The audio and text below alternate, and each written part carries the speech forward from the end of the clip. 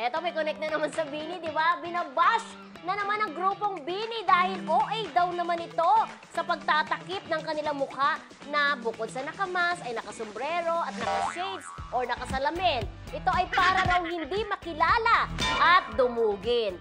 Ang tanong, pabor ba kayo na magtakip ng gustong isang artista kapag nasa public place? Ayan. Ito for debate lang, ha? Ito hindi lang po referring sa Bini.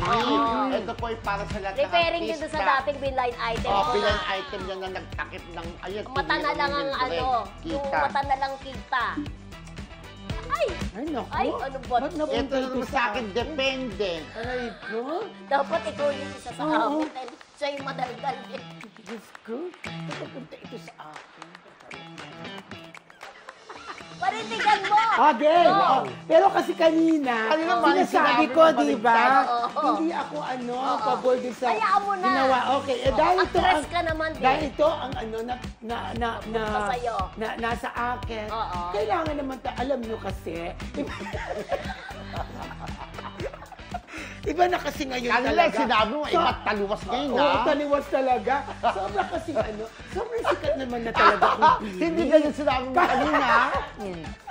Pwede ba balikan ito? Parindigan mo. Okay. Dahil ito nabunot ko, di ba?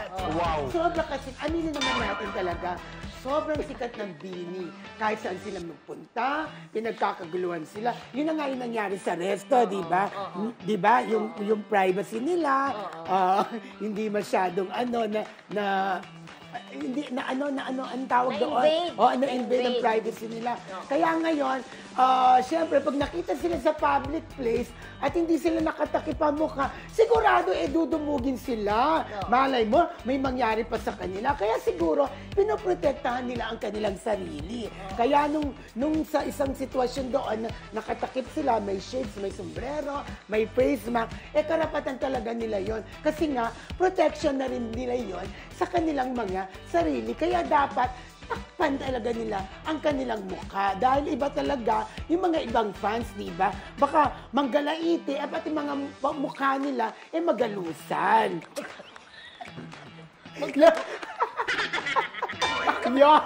Magalusan yung mukha. O, diba? Malay mo, di ba? Kalmutin ang Natawa mukha naman ako nila. dun sa magalusan. Sabi ko, eto no, okay pang magtakip. Kasi yung mga fans, di ba, hindi naman lagi sila nakakakita ng artista. Not necessarily Bini, ha? So pag nakikita sila dun sa public place, parang pagkakataon ng mga fan yun na makakita ng artista. So para sa akin, bakit mo naman ipagdadamot yun? Ay, si minsan di ba, ganyan tayo, Kuya Romel, pag nakakita ng artista. Ang ganda pala ni sa personal. Ay, buti na lang. Kumbaga, buti na lang nakita ko siya kasi bibihira ako makakita ng artista. Yung parang kaligayahan ba sa mga fans na ganon? Marami ako mga artistang nakikita na po nasa airport o nasa ibang lugar na hindi naman sila nagtatakip masyado ng mukha nila.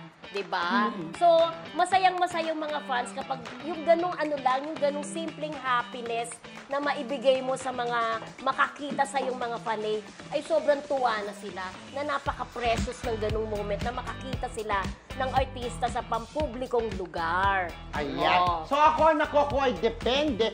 So depende kung dapat magtakip. Ayun ang tanong sa public place.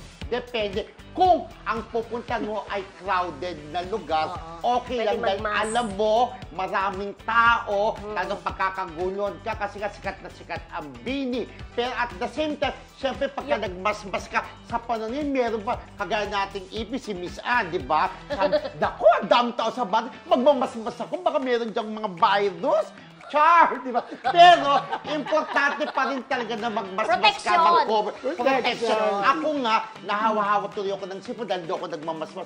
Pero ngayon, magmamasmas na ako, di ba? Bukod sa pagsisimba, nagmamasmas ako pag-linggo, magpe-facial mask na rin ako. Talaga, sa panahon ngayon, kailangan pa rin natin magmasmas. At balik tayo sa Bini, naiintindihan ko naman sila na kailangan din nila dahil nga sikat na sikat. Sabi ko, depende. Pero kung halimbawa ikaw, pupunta ka sa simbahan, magdarasal ka, hindi na kailangan magmasmasan, magtakip-takip kasi simbahan niya, hindi ka pagkakaguluhan dyan. Kasi siyempre, titignan ka lang. Kaya depende. O kaya pupunta ka sa mga social na lugar. Halimbawa yung mga sikat yung mga mall na pang ano ba tawag sa, yung sasyalan, yung ano yung tawag sa English na may word, sa sosi, mga class-class na lugar, o class-class na restaurant. Huwag ka naman magmasmas, magbaon. Kasi may ganyang pagkakataon na nakamas yung artista, may nagpa-picture.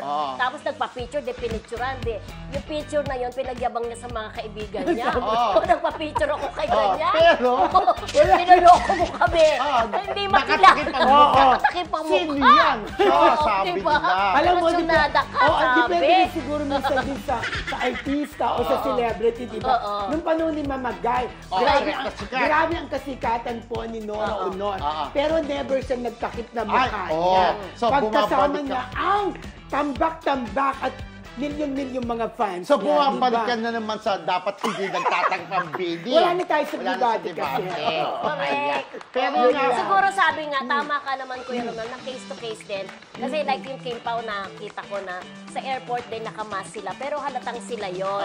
Pero pagdating dun sa show, hinuhubad talaga nila yung mask nila. Kasi nga, para makita sila ng tao, yung mga nagpapapicture, kailangan wala silang mask. Pero diba? ang SB19 sikat pero ano, hindi naman sila